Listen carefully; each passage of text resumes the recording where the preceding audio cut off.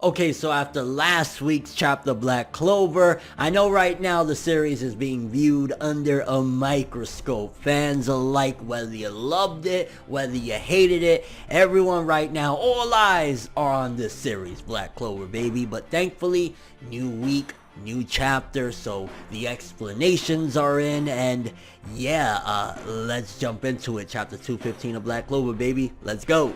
Whether Facebook, Twitter, or the two, make sure to steer clear, cause I'm coming through like... Now, before we jump into the chapter real quickly, I wanted to talk about a little Easter egg. Now, on the cover of the latest issue of Shonen Jump that has the latest chapter of Black Clover, there was all the characters, or the main characters from Shonen Jump's variety of series, and of course, Asta was on the cover, and they had the pirate hats on. I guess it's for celebration of One Piece, and they had a little Jolly Roger. I want to say that a lot of them were custom, but in particular, Asta's had the skull from, you remember Lit's demon that you've seen in like every episode of Black Clover? So it had the skull, but it also had like the demon horns, and I think that it was kind of like a double entendre, so to speak, regarding not only is it representing that, but it's also representing that Asta is a demon and has a demon inside of him, or his grimoire, whatever the heck you want to call it. So nice little Easter egg, I guess, for Black Clover fans. Okay, so the chapter picks up where the last one left off, and yeah, we have a 13-year-old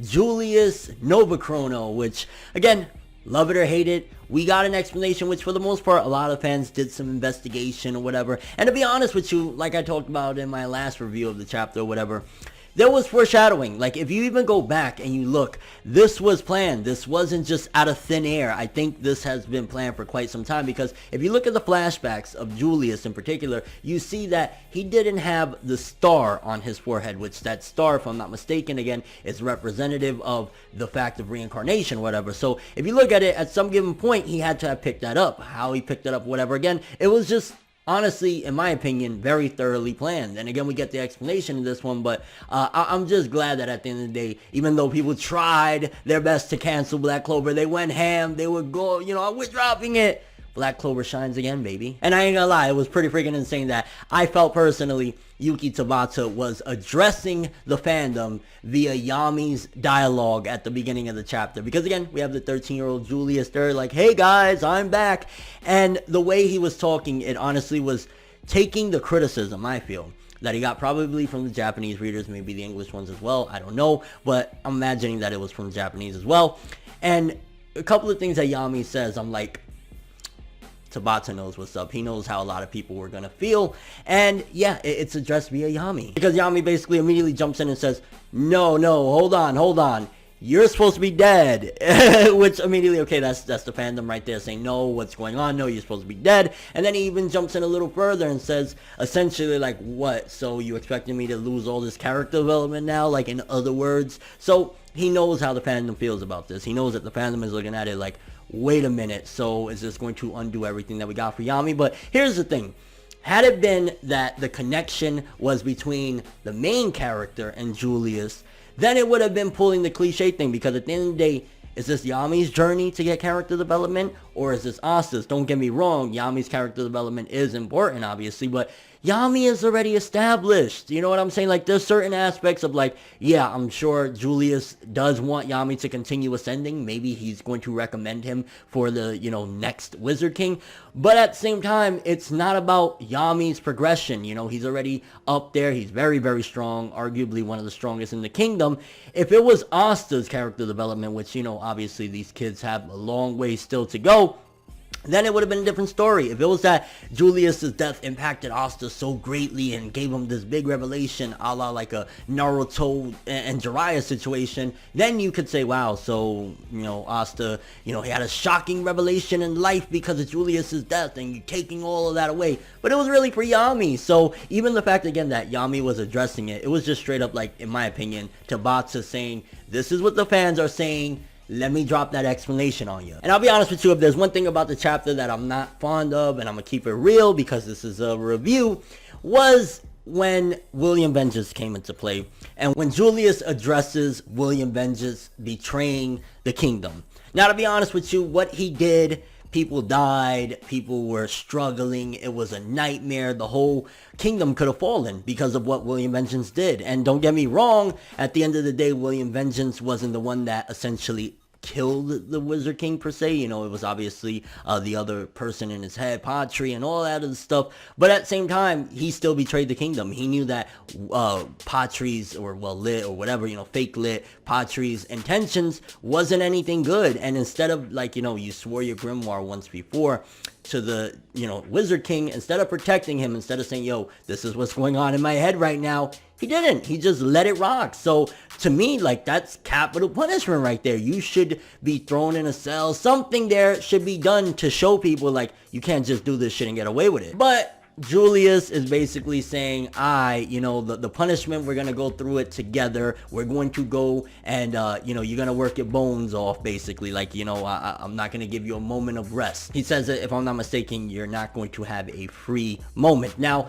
free moment could be a couple different things. Honestly, I could be misinterpreting it, and he could mean you're not going to have a free moment. I'm going to throw you in a cell. But more than likely what he meant is that he's going to allow him to continue being a knight. And he said, you know, I was the one that appointed you to this position. I brought you in. So we're both going to have to face the backlash from the people until they get over it. And I'm looking at it like, I don't feel like that's enough. I honestly don't feel like that's enough, especially when you got to show the kingdom. You can't just allow our people, or any of the Magic Knights, or any in general, nobody should be able to allow this to happen. Like, yo, you swore yourself to the Magic Knights, you swore yourself to the Wizard King, you swore yourself to Julius. How are you allowing this to happen? So I'm not fond of him saying basically like, oh, we're gonna go through the punishment together of the people being mad. Like, the people being mad at you and kind of just, you know, giving you the cold shoulder isn't enough. So I'm not really fond of that, to be honest with you. I just look at it, and I in retrospect, I go back to other series. Like, just imagine if Obito would have stood around and Kakashi was like, you know, I'm gonna take the heat, don't worry. You know, it was hard enough with Sasuke, but at the very least, you've seen in the end, Sasuke gave it his everything, and you know, tried to reverse a lot of things they did. On top of that, Sasuke didn't really kill people. You know what I'm saying? This guy was responsible for just so many bad things. Well, he was a catalyst at the very least, William Vengeance. So the fact that he's allowing him to continue and saying, we're just gonna take it together, I mean, I understand that, like, yo, being ridiculed and being treated like shit, and the fact that Julius is willing to go through that with him is a big thing, but it's still nowhere close to, like, you need to set an example. You do not betray our kingdom. You do not allow our kingdom to fall into peril. And William Vengeance's punishment just doesn't seem like enough. And then William Vengeance swears his grimoire to him again as he's crying, which, to be honest with you, I'm hoping what happens with the upcoming arcs is that William Vengeance this time around gives his life to save Julius. Because now you got to think about it. I don't know how strong Julius is going to be with only one page of a grimoire, being 13 years old, you know what I'm saying? So, if anything, to redeem the character to a certain degree, I would like to see William Vengeance sacrifice himself in an upcoming arc to save Julius, and that's how he dies. Like, if we're going to do that, then I guess alright. I mean, I feel as though William Vengeance and Patry at some given point should probably bite the big one. You know what I'm saying? That's just me. So I think if we're going that route, and he's swearing his life to him again and crying, and this time around he's going to do things right, then yeah, there's a high probability that maybe he could die in a future arc saving Julius, and that'll be good redemption for the character. But I'm still not fond of that being the punishment. It just doesn't seem suitable for the crime of letting the kingdom almost be completely destroyed. And Julius says that now we are facing 3 different problems here, so we're already setting up for the next arc, which is good. It's like, okay, we're not taking a break. I'm not the biggest fan, honestly, when they do those like hot spring chapters and like, oh, the characters are having a good time. Like, they always feel like a waste of chapters, and especially that Black Clover is at a point right now, the stakes have been raised. I'm imagining there's a lot more fans since this whole big arc with the elves is over and stuff like that. There's a lot of you watching, so I'm hoping that we don't get another hot spring chapter, and I'm glad that it seems like we're jumping straight into the next one with Julius saying, we got 3 problems, bruh. Also, a side note, which I always feel as though certain characters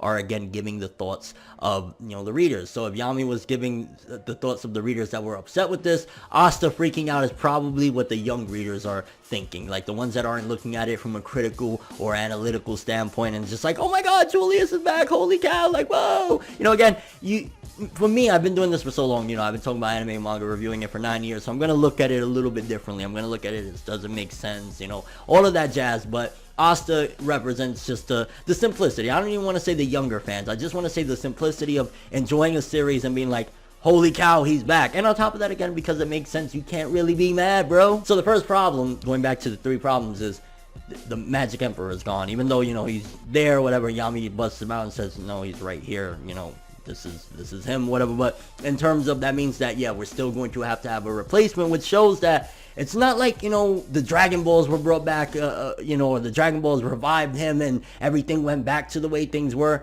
No, not only he's a 13-year-old, he's weak, he can't be the Magic Emperor anymore. So that's still going to take into effect that we're going to need a new Magic Emperor. I'm personally thinking Julius is going to recommend Yami for the job.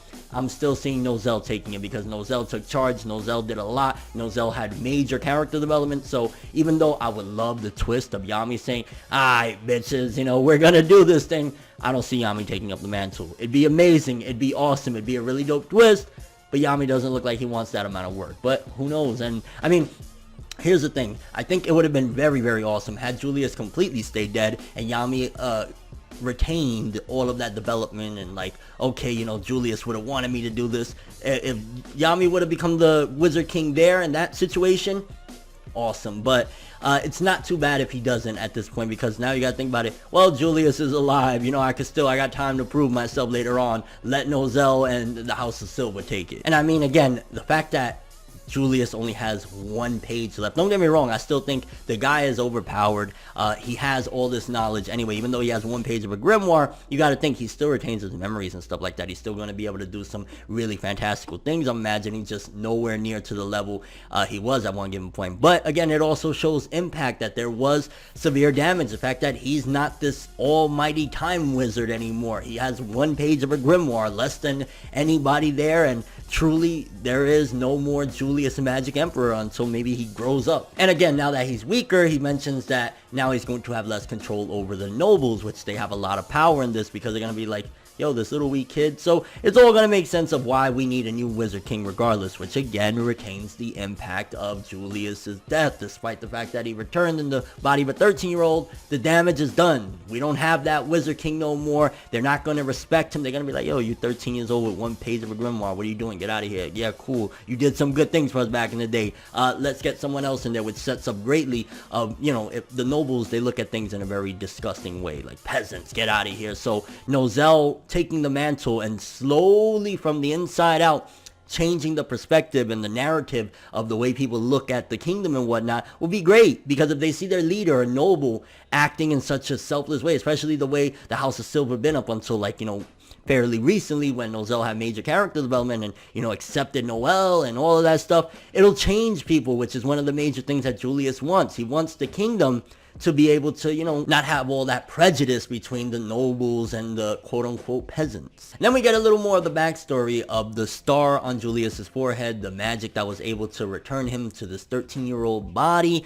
Basically, one day as he was gathering up, which it all goes back into, this was planned. Go back to the flashbacks. You'll see Julius didn't have the star on his forehead. How he found this magic, which I'm glad that Tabata went into detail. It seems as though this chapter, he really wanted to subliminally address majority of the criticism that the fans did, but via storytelling, not just straight up saying like, here's my author comment of the week, like, you motherfuckers ain't listening to me, screw you guys, you know what I'm saying? Like, he's actually doing it in a very freaking awesome way. Just awesome. Because on a journey, he found a device that stores magic, which again, it brings me back to a series I keep, you know, I referenced it last time, but, you know, like Koenma from Yu Yu Hakusho, how he stored up the pacifier, the energy, the spirit energy in there. He was able to do the same thing with that machine, which, or, you know, the star that he found, not machine, I apologize, you know, the star. And there's something in there that kind of made me think a little bit of a theory. Because we also see that he starts nerding out over Nero, and we'll get to that in a second, but the name of this thing that he found, which was from a magic knight long ago, was, if I'm not mistaken, called Swallowtail, and Swallowtail meaning swallow is like bird. Nero, she was a bird for a long period of time. I don't know if maybe she had some involvement with it. I don't know if there are some other mages that have been around this entire time that use that similar magic. Who knows? Maybe Nero had a hand in this, and there's still many motives as to why she wouldn't immediately say, oh yeah, that was me. But there's a possibility that I feel maybe there's some sort of connection with this magic to Nero. Nero's been around for 500 years, so if there was a old-time magic knight that left this behind, she wasn't a magic knight, but it could have been her that somehow wrangled this up or had some involvement or knew the person that left this behind, because 500 years is a long time. I'd say, I guess it was a little bit of a cheat, even though it makes sense, but at the time magic was very compatible with this magic that he found, which again, honestly, I just felt as though this chapter, it proved a lot of people wrong. It proved a lot of people wrong in terms of like, oh, this just doesn't make sense. Everything made sense, okay? I mean, well, not everything, I ain't gonna lie. As far as the, William Vengeance punishment thing goes, I guess I'm still not gonna say that's a cool thing. Hey, man, like, innocent children could have been dead right now. The whole kingdom could have fallen. The devil could have started running shit, and it would have been partially due to William Vengeance's naivety in allowing Patri to do what he did. So that's probably one of the only things. But aside from that, even the Swallowtail thing, which funny, Swallowtail, like, yo, dude. No, but, even the Swallowtail thing, like, again, it just makes sense. And the fanboy in me, I ain't gonna lie, I was a big geek and happy at the same time seeing Julius there freaking out over Nero, kind of nerding out over her magic. Is like, he's back, and I guess his personality is suiting his age of, like, bugging out like, oh my gosh, you must have the coolest magic in the world. Like, it was a fun moment there, and everyone's reactions and everything. Which Mimosa, I don't know, man. Mimosa, I think I'm starting to lean more towards that ship with Asta and Mimosa. There's something about Mimosa, like, don't get me wrong, I know Noelle likes him. I know it's kind of like Noelle is taking the Sakura aspects of being tsundere and mixing it with, like, actually liking the main character, opposed to Sakura didn't like Naruto, she wanted Sasuke. Hinata wanted Naruto. So it's mixing and matching, which is good again. People always said it was a carbon copy of Naruto. That proves it wrong. And then the second of the three things that Julius listed is that in the current state that it's in, the Clover Kingdom will be destroyed by a foreign kingdom. That's the second thing, which it was something in there that started making me question certain aspects of why he was saying that in particular. I mean, that's a big thing. So it means, again, that we're already jumping into the next thing. We got to start preparing. We got to start transitioning into, okay, who's going to be the next Wizard King? Get ready for whatever could happen. We don't have Julius to really have our back no more, that cheat code. So that was the second big thing, which was huge, which led into the third big thing that 2 and 3 kind of intertwine, in my opinion. Because Asta's thinking to himself, you mean the Diamond Kingdom or something else entirely? Which I'm pretty sure the fact that he says something else entirely, the Diamond Kingdom, they're still out there and they're possibly a threat. But just imagine if devils show up. We already had the ancient one from all back then. We know that Asta has one around them. There's a possibility maybe more. Maybe there's somebody else that has a devil inside of them. And, if there's multiple devils all around the world, it could be something to do, again, going back into, I mean, why did When It End, it was a big setup of Asta's demon, finally seeing him and kind of him being heartless to that ancient demon that they just defeated. It's probably a big setup for that, which that's why he mentioned something else entirely, and not just the Clover, or just the Diamond Kingdom. Don't get me wrong, Diamond Kingdom could cause a major problem. Demons and devils could pose a bigger problem. And then lastly, the third thing is Asta will probably die, which again, that's what led me to believe that number 2 has something to do with devils and demons. Let's be honest, none of us believe that. We all know, I mean, back even when Naruto, and I know I always bring it up, oh well, I'm doing it anyway. Naruto's thing, if me and Sasuke clash, we're both gonna die, and blah blah blah. Like, Asta's not dying. I don't buy it for a second. I don't even entertain the idea. So the third one is like, whatever there, mate. Cue the Drake meme there. And he said, of course, both could happen, meaning number 2 and 3, that the kingdom could get destroyed and Asta could die. A lot of questions there. Again, is it because of the demons having something to do with it? How much does Julius know about Asta at this particular point? Like, this chapter was insane. There was some good and some bad. This wasn't complete. Like, I'm not going to say, oh my god, it was 9 out of 10. I didn't really care for Patri, or I keep saying Patri, William Vengeance getting off the hook that easy. I mean, just somebody throwing tomatoes at you and saying, I hate you, is not a adequate punishment for almost destroying the entire kingdom. So that was, and then the third thing on the list of Asta dying, let's be honest, we know that's BS. That's never going to happen in this. So, I mean, if it did, Tabasa's the GOAT. We know that's not going to happen. So the major thing out of all this, the big foreshadowing, is that we're already getting to the next big thing, and the Clover Kingdom could be destroyed. Also getting the explanation again of Swallowtail, the magic that Julius had. It's very interesting that a lot of the fans slammed this shit, and this chapter, from Yami's dialogue in the beginning to Asta's dialogue later on, it just all around addressed everything and gave a really cool explanation of, like, this was an ancient magic knight that left this behind. Not ancient, but one from long ago.